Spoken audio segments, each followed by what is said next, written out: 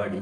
ठीक है, सेल जो होता है दोनों में पाया जाता है, पादप में भी पाया जाता है और फिर एनिमल्स में भी पाया जाता है। ठीक है, तो सबसे पहले हम लोग कोशिका क्या होता है, इसका ये कोशिका का डेफिनेशन क्या होता है उसकी हम बात करते हैं। कोशिका का डेफिनेशन क्या होता है?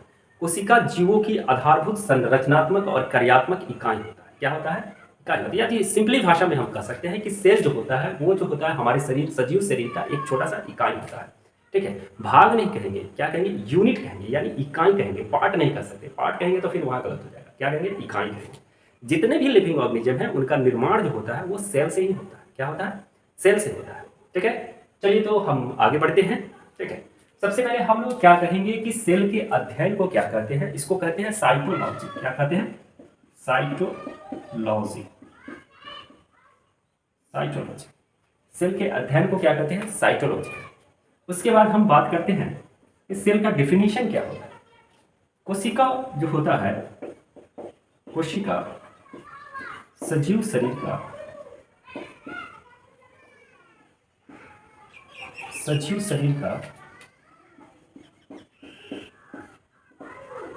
शरीर का संरचनात्मक यानी आधारभूत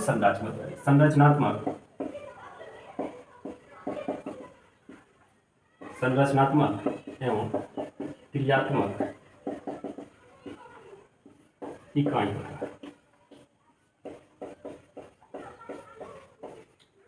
संरचनात्मक और क्रियात्मक इकाई होता है। ठीक है, साइटोलॉजी, इसके अध्ययन को क्या कहते हैं? To study about cell is called cytology. To study about cell is called cytology. और हिंदी में हम लोग इसकी डिफिनीशन को क्या कहते हैं? सजीव शरीर का यानी कोशिका सजीव शरीर का संरचनात्मक और क्रियात्मक इकाई होता है, यानी यूनिट होता है। इसको इंग्लिश में कहेंगे cell is the basic structural and functional unit of living organism. आप लिख सकते हैं। अब देखिए, कोशिका जो होता है एक विशिष्ट पारागम्य यानी आर पर दिखाई देने वाला कला से घिरा होता है। इसे प्रायः स्वप्रजनन की क्षमता होता है। सेल में क्या होता है? कोशिका में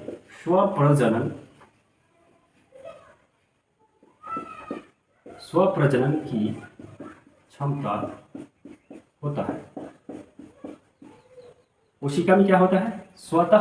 स्वप्रजनन की क्षमता होता है, स्वतः उसमें प्रजनन की क्षमता होता है। ठीक है, प्रत्येक सजीव शरीर का सूक्ष्मतम इकाई होता है। प्रत्येक सजीव शरीर जो होता है, प्रत्येक सजीव शरीर, यहां भी थोड़ा सा स जो है शरीर का आप देख लीजिएगा, शायद हमको लगता है इस तरह से लिखा जाता है, शरीर इस तरह से लिखा जाता है। सजीव शरीर का सूक्ष्मतम इकाई होता है। एक सूक्ष्मतम इकाई होता है, सूक्ष्मतम इकाई होता है। ठीक है, यहां तक क्लियर है? किसी को दिक्कत? चलिए अब साइटोलॉजी की हम बात करते हैं। साइटोलॉजी क्या होता है? साइटोलॉजी जो होता है जीव विज्ञान का वह शाखा है जिसके अंतर्गत साइटोलॉजी क्या होता है उसके बारे में हम चर्चा कर रहे हैं। साइटोलॉजी जीव विज्ञान का वह शाखा जिसके अंतर्गत कोशिका और उसके अंदर वस्तुओं की रचना और कार्यकी का अध्ययन किया जाता है। ठीक है, साइटोलॉजी में साइटोलॉजी जीव विज्ञान का वह शाखा है जिसके अंतर्गत कोशिका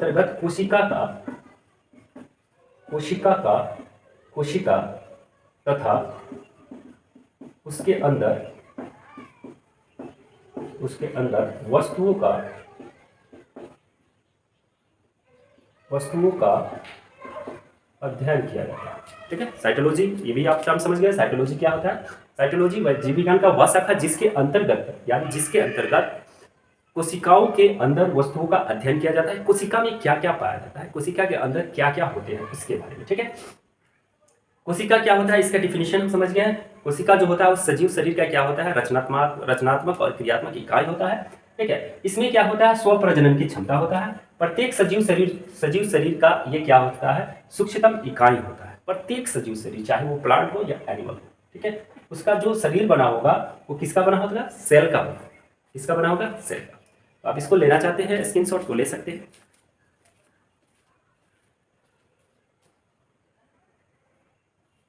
चलिए आगे बढ़ते हैं और बात करते हैं कि ये सेल जो है इसका खोज कौन किया था।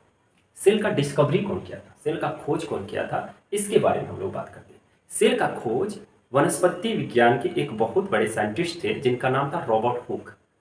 सन 1665 ईस्वी में, 1665 ईस्वी में, किसमें, 1665 ईस्वी में ये कहाँ के रहने वाले थे, ब्रिटिश के, ब्रिटिश, ये कहाँ के थे, सॉरी ये कहाँ के थे, ब्रिटिश, ब्रिटिश, ब्रिटिश थे। और इनका नाम क्या था, रॉबर्ट हुक। क्या नाम था इनका, रॉबर्ट हुक, रॉबर्ट हुक, इनका नाम था रॉबर्ट हुक। सेल का डिस्कवर कौन किया था, सन 1665 ईस्वी में हुआ था। और ये ब्रिटिश क्या थे, ब्रिटिश वनस्पति शास्त्री थे, ब्रिटिश वनस्पति,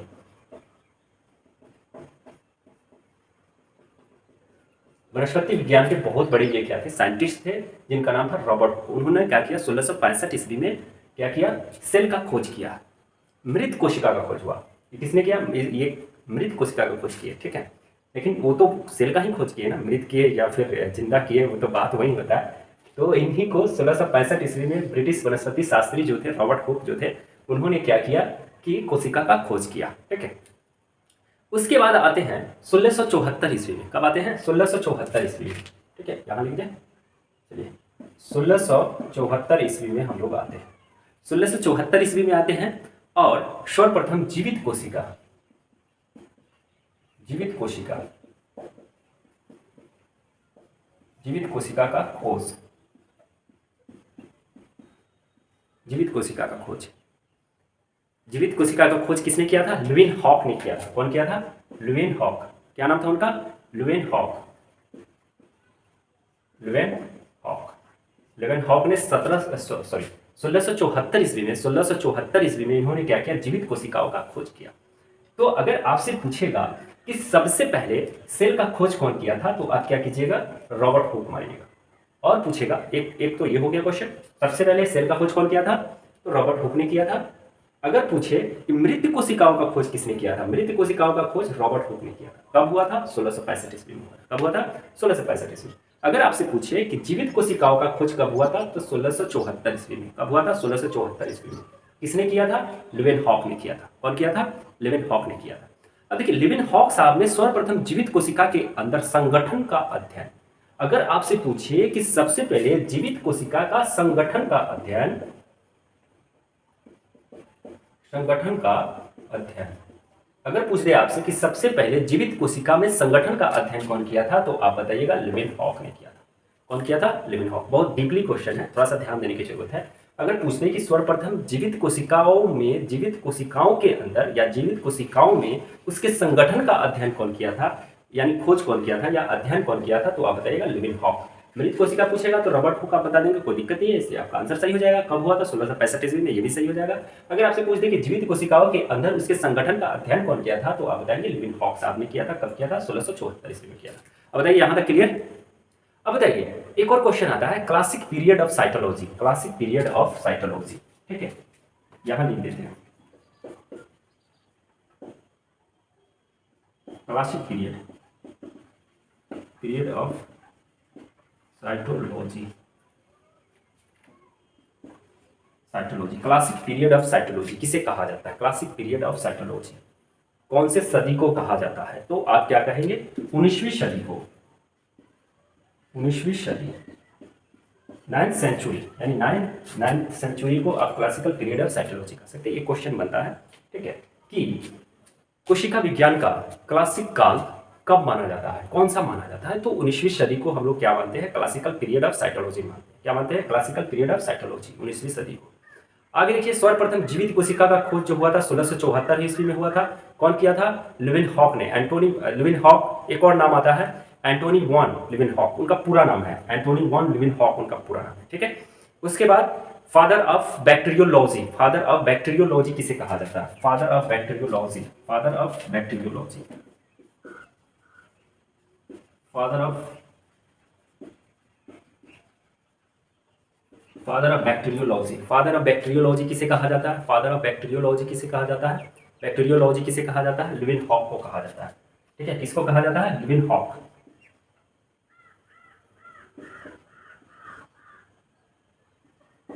लुईन हॉक, लुईन हॉक को कहा जाता है। फादर ऑफ बैक्टीरियोलॉजी किसे कहा जाता है, लुईन हॉक को कहा जाता है, ठीक है। क्वेश्चन बहुत अच्छा है, आप यहाँ ध्यान रखेंगे, थोड़ा सा आप ध्यान देंगे तो फिर हो जाएगा। अगर जब भी पढ़ने बैठे तो कलम और एक पन्ना लेके जरूर बैठे, जो भी इंपॉर्टेंट आपको लगे वहाँ से आप क्या करें, राइट डाउन कर लें। ठीक है, चलिए, अच्छे विद्यार्थी का ये गुण होता है, ठीक है, कि जब भी वो पढ़ने बैठे तो एक पेंसिल और एक पेपर जरूर लेके बैठे। ठीक है, जब ऑनलाइन क्लासेस हो या फिर आप अपने क्लासेस में भी हो तो फिर आप नोटबुक लेके जाते हैं तो वहाँ आप कर ले, आपको जो भी इंपॉर्टेंट लगे, टीचर पढ़ा रहे हो जो आपको इंपॉर्टेंट लगे, जो आप नहीं समझते हो, जो आपको नहीं आता हो, जो आप पहली बार सुन रहे हो, तो उसको आप क्या करें, वहाँ से राइट डाउन कर लें।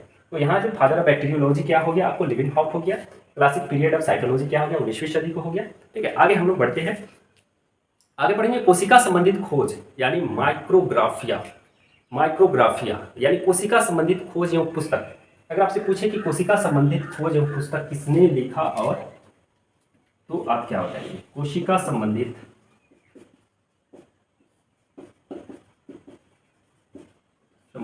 खोज एवं पुस्तक, कोशिका संबंधित खोज एवं पुस्तक किसने, यानी माइक्रोग्राफिया, जिसका नाम है क्या है, माइक्रोग्राफिया। पुस्तक का नाम है माइक्रोग्राफिया।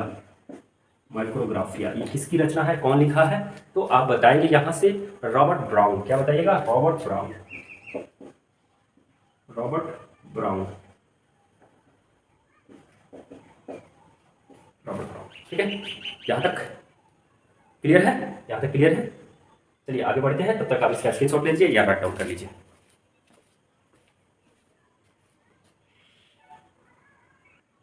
चलिए आगे बढ़ते हुए हम लोग चर्चा करेंगे, आगे बढ़ते हुए चलेंगे। सबसे पहले कोशिका सिद्धांत की बात करेंगे। कोशिका सिद्धांत किसने दिया था, कोशिका सिद्धांत, कोशिका सिद्धांत यानी सेल थ्योरी। सेल थ्योरी किसने दिया था, सेल थ्योरी जो है दो वैज्ञानिकों ने मिलकर दिया था। सेल थ्योरी किसने दिया था, दो वैज्ञानिकों ने मिलकर दिया था, जिनका नाम था स्लाइडन एंड स्वान। कौन दिया था, स्लाइडन एवं स्वान, दो वैज्ञानिकों ने मिलकर दिया था। कौन कौन, स्लाइडन और स्वान ने दिया था। अब हम थोड़ा सा स्लाइडन के बारे में बात करते हैं कि स्लाइडन कौन थे और स्वान कौन थे। ठीक है, देखिए स्लाइडन और स्वान कौन थे। स्लाइडन जो थे,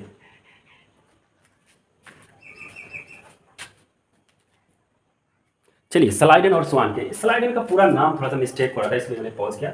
स्लाइडन का पूरा नाम एमजे स्लाइडन था। क्या नाम था इनका पूरा नाम, एमजे स्लाइडन। ये जो थे स्लाइडन जो थे वो वनस्पति विज्ञान के क्या थे, वनस्पति विज्ञान के ये क्या थे, बहुत बड़े साइंटिस्ट थे। और थियोडर स्वान, इनका पूरा नाम मैंने लिख दिया, कभी कभी बच्चे कंफ्यूज हो जाते हैं कि अगर पूरा नाम दे दे तो कहेगा कि ये तो हम लोग स्लाइडन पढ़ते आ रहे हैं, एमजे स्लाइडन कौन आ गया। ठीक है, तो थियोडर स्वान जो थे वो जीव विज्ञान से संबंधित थे, और एमजे स्लाइडन जो थे वनस्पति विज्ञान के। तो दो साइंटिस्टों ने मिलकर क्या दिया, सेल थ्योरी दिया। कोई दिक्कत। अब चलिए हम बात करते हैं कि किसने कहा था और किसने कहा था कि कोशिका सजीव शरीर का इकाई है। किसने कहा था कि कोशिका जो है सजीव शरीर का इकाई है, तो आप धड़ल्ले से बताइएगा कि स्लाइडन और स्वान ने कहा था कि कोशिका जो है सजीव शरीर का सबसे छोटा इकाई है। इनके साथ साथ बहुत सारे वैज्ञानिक आते हैं जिन्होंने 1838 और 39 ईस्वी की बात करते हैं। 1838 और 39 ईस्वी में हम लोग बात करते हैं, जिनका नाम था रेमार्क। क्या नाम था, रेमार्क। एक और साइंटिस्ट थे जिनका नाम था आपको नैजोले। क्या नाम था इनका नाम था नैजेली नाम था, नैजेली। और पुरकिंजे, क्या नाम था, पुरकिंजे। क्या नाम था इनका, पुरकिंजे, नाइजेरी, रेमार्क्स। इन्होंने भी कहा था, कब कहा था, 1838 और 39 ईस्वी में कहा था कि सजीव शरीर का सबसे छोटी इकाई जो होता है वो क्या होता है, कोशिका होता है। सजीव शरीर का सबसे छोटी इकाई जो होता है क्या होता है, कोशिका होता है। किसने कहा था सबसे पहले, स्लाइडन और स्वान ने कहा था। किसके अंतर्गत कहा था, सेल थ्योरी के अंतर्गत कहा था।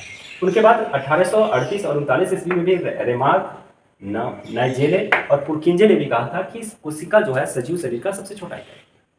क्लियर। चलिए आगे बढ़ते हैं हम लोग आगे बढ़ते हैं और फिर बात करते हैं कि सबसे छोटा कोशिका क्या होता है। सबसे छोटी कोशिका सबसे छोटी कोशिका, ऑल ओवर की बात की जा रही है, ये किसी में प्लांट या फिर एनिमल्स ये कुछ नहीं कहा, ऑल ओवर। सबसे छोटी कोशिका जो होता है माइक्रोप्लाज्मा होता है। क्या होता है? माइक्रो माइक्रो क्या होता है? माइक्रोप्लाज्मा। माइक्रोप्लाज्मा क्या होता है? माइक्रोप्लाज्मा। सबसे बड़ी कोशिका, सबसे बड़ी कोशिका, सबसे बड़ी कोशिका जो होता है आप सभी जानते हैं क्या होता है? शुतुरमुर्ग जो होता है, शुतुरमुर्ग का अंडा, शुतुरमुर्ग का अंडा सबसे बड़ी कोशिका। ठीक है, अब हम सबसे लंबी कोशिका की बात करते हैं। सबसे लंबी कोशिका कौन होता है? सबसे लंबी कोशिका, सबसे लंबी कोशिका जो होता है वो ब्रेन में पाया जाता है, उसको कहते हैं तंत्रिका। तंत्रिका कहते हैं, क्या कहते हैं? तंत्रिका, यानी श्याणु कोशिका। तंत्रिका में कौन सी कोशिका? श्याणु कोशिका, श्याणु कोशिका। कोई दिक्कत? अगर पूछते सबसे लंबी कोशिका तो ब्रेन की कोशिका जो होती है जिसका नाम है श्याणु कोशिका। ठीक है, अगर आपसे पूछ दे कि मानव शरीर में, मानव शरीर की सबसे बड़ी, मानव शरीर में सबसे बड़ी जो होता है, सबसे बड़ी कोशिका, मानव शरीर में सबसे बड़ी कोशिका, ठीक है, यहाँ लिख देते हैं मानव में सबसे बड़ी कोशिका, सबसे बड़ी कोशिका, तो ये फीमेल में होता है। इसमें होता है फीमेल में, जिसको हम लोग कहते हैं अंडाणु। क्या कहते हैं? अंडाणु, जिसको हम लोग इंग्लिश में क्या कहते हैं? ओवम। क्या कहते हैं? Ovum, ovum. और पूछ दे पुरुष में, मानव में सबसे ये तो हो गया सबसे बड़ी कोशिका, सबसे छोटी कोशिका पूछ दे मानव में, तो आप क्या बताइएगा? मानव में सबसे बड़ी कोशिका, मानव में सबसे बड़ी कोशिका, सबसे बड़ी कोशिका, तो आप क्या बताइएगा? मानव में सबसे छोटी, सॉरी यहाँ पे थोड़ा सा मिस्टेक हो गया, सबसे छोटी कोशिका अगर पूछे तो आप क्या बताइएगा? ये मेल में पाया जाता है, ठीक है, ये फीमेल में पाया जाता है। मेल में क्या होता है? स्पर्म होता है। स्पर्म क्या होता है? स्पर्म, जिसको हम लोग क्या कहते हैं? शुक्राणु कहते हैं, शुक्राणु। ठीक है दोस्तों, आज इतना ही, यहाँ तक रहने देते हैं। फिर हम लोग क्या करेंगे आगे, हम लोग कोशिका के अंग के बारे में नेक्स्ट वीडियो में पढ़ेंगे कि कोशिका में कौन कौन से अंग होते हैं, कौन कौन से पार्ट्स होते हैं, उनका क्या क्या कार्य होता है, वो कैसे सजीव शरीर को क्या करते हैं? संगठित होकर एक ढांचा तैयार करते हैं, एक बॉडी तैयार करते हैं। तब तक के लिए जय हिंद, जय भारत। ठीक है।